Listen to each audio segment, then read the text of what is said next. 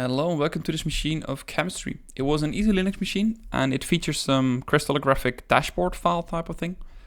You can upload crystallographic files, which are short for CIF files, and inside of this we can actually insert some code which get executed. Once we get onto the system, we can escalate our privileges to the user Rosa because there's a database which features an MD5 hash. Once we get onto that user, we can see there's some internal web application. And once we sort of forward this to our host, we can see what is going on. And we can actually use the AHO HTB 3.9.1 Python exploit because there's some follow symlinks set to true, which allows for local file inclusion. So right off the bat, you don't see much going on here. We just see some HTTP server on 5000. So immediately if we go through it, we can just see this chemistry CIF analyzer. If I'm just going to log in as...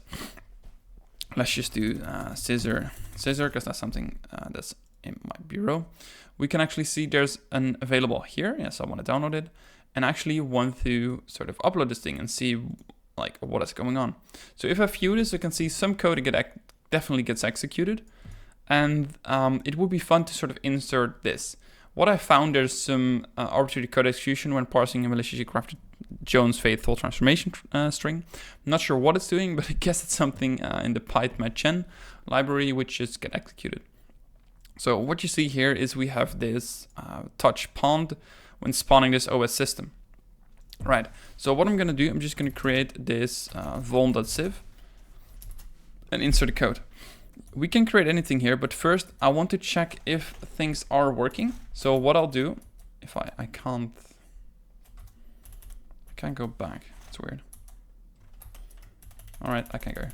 Right, what I'll do, I'll just make a crawl command to http://10.10.14.15, which is my IP address, and then just do 1234. Doesn't really matter what we put here. And I'm just going to start a Python server to see if we can actually get some remote code execution. Because you can try to get a remote code execution command immediately, or like a reverse shell. But if that doesn't work, you're not sure if the remote code execution is even possible. So we get an internal server error, which likely means something good has happened. And we indeed get a GET request. So what we can now do, we can actually edit this vuln file to include our own reverse shell. Or we can at least try. If you try it with the ref shell website, it doesn't work. I did find this one to work. It's by spawning the OS system, which is already happening. And I like the way it doesn't use the, how do you call them? What are these called again? The quotation marks? Sorry, the quotation marks. Because inside of the code, there's a lot of quotation marks being used. So if I insert this here, we just need to change the IP address. So it's going to be 10.14.15 and port 9090 is fine. Don't really matter about that. And I just want to start a netcat. If I upload this vuln, let's see, vuln.civ and upload, I think the latter one is the newer one. It hangs, which is most of the time a good sign. So now we can actually see we got into a user. We are not the user Rosa yet, but you can look inside and see like what is going on here. There's a lot of things we can't read.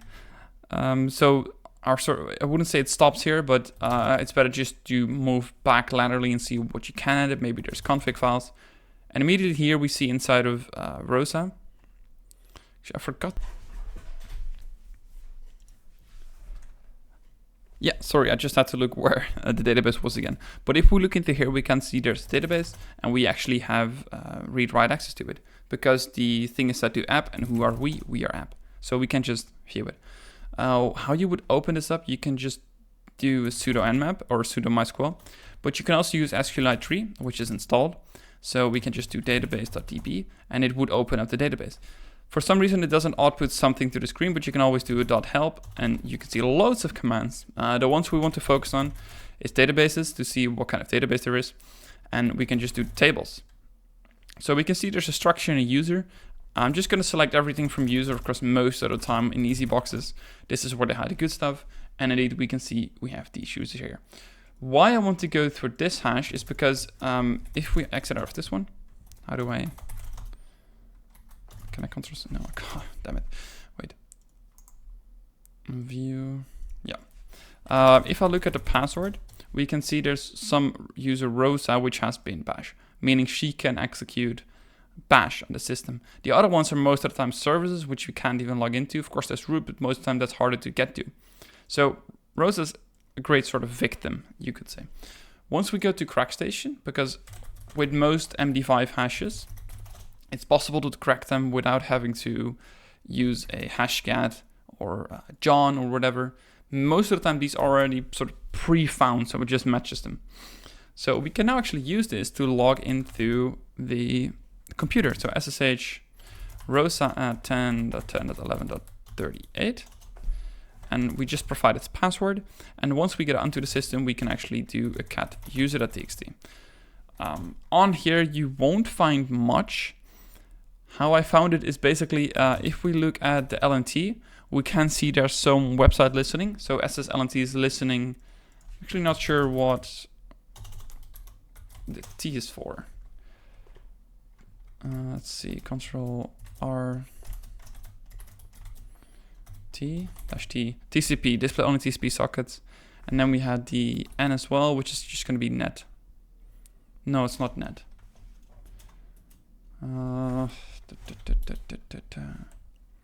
Numeric, don't resolve service names. Yeah, okay. So we see this IP address, and we can curl it from this computer, but of course it's going to be hash, or sorry, SSH. So you're not going to be able to see much of what is happening here. You can of course look through it, but it's best to set up a reverse listener and just feel what is going on. So I just see that some JavaScript is being loaded. You might have already seen the command. So this is the command I'm using. I'm just forwarding it to some port. You can do any port basically. It's going to be 99 or like 20,000. It doesn't really matter. As long as you have this thing set up. I paste the other password. Maybe this is the good one. There we go. So now the connection is set up, and we can actually go to a new one, or we can actually go to our IP address, open a new website and go to our localhost, and then we had it to port 9999. We see some servers here. You can try starting services, but not much is happening, honestly.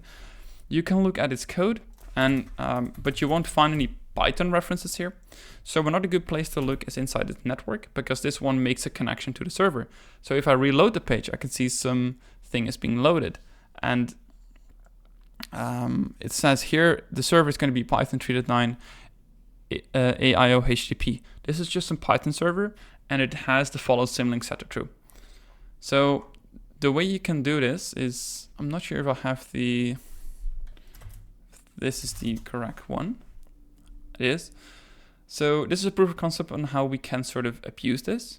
And they don't explain much, but what you see is they just have the website, which we have the string, the static, and the password file they want to read. They do this about 15 times just to be sure, but this is the code to execute curl, and then we have path as is, and they have this. I'm just going to copy this first bit because I believe this also works. So I'm just going to copy this. I'm just going to go here, and then it's going to be //127.0.0.19999. We can see definitely the page here, but like I said, they go to, what did they go to? Static. Sometimes you have to go to assets and static, because as we saw in the user Rosa, if we just go to the app, there's going to be static and assets. Assets is a standard one in AIO HTTP. So once we go into the static one, if I can get this one, /assets, we can actually query basically anything. So // right. So we can actually get the flag this way. It's not that difficult, but you can just go to root and do /root.txt. But I've just downloaded the code because it's a lot easier to see if you know the code. So I'm just going to open up Codium, and there's this URL dispatcher, and this follow links thing is the exact thing that goes wrong. So if this, let's see, you set it here, it's set somewhere in one of the files. I think in the app it's probably mentioned. But basically it says if it's true, you can follow symlinks, and symlinks is just using the absolute path that's provided. So if we just go to here, we're just trying, And this is set to true, right? So if it's true, we're just going to continue. If it's not true, we have to do this relative to itself directory. So it's like if it's not false, if it's not true. So that's just basically why this thing crashes in this way. It's quite an easy thing to do, but because we do the path as is, it just follows the absolute path, like the path you give it. It's going to be a relative path. You can also ask for assets, or you can do for anything you ask for, because it's just, you're basically allowed access to the whole file system in any way. If you don't do the path as is, it's gonna, I believe curl is just taking these away and just not finding anything, because it's trying to now curl for basically this, which of course it's not gonna find. And this was basically the video.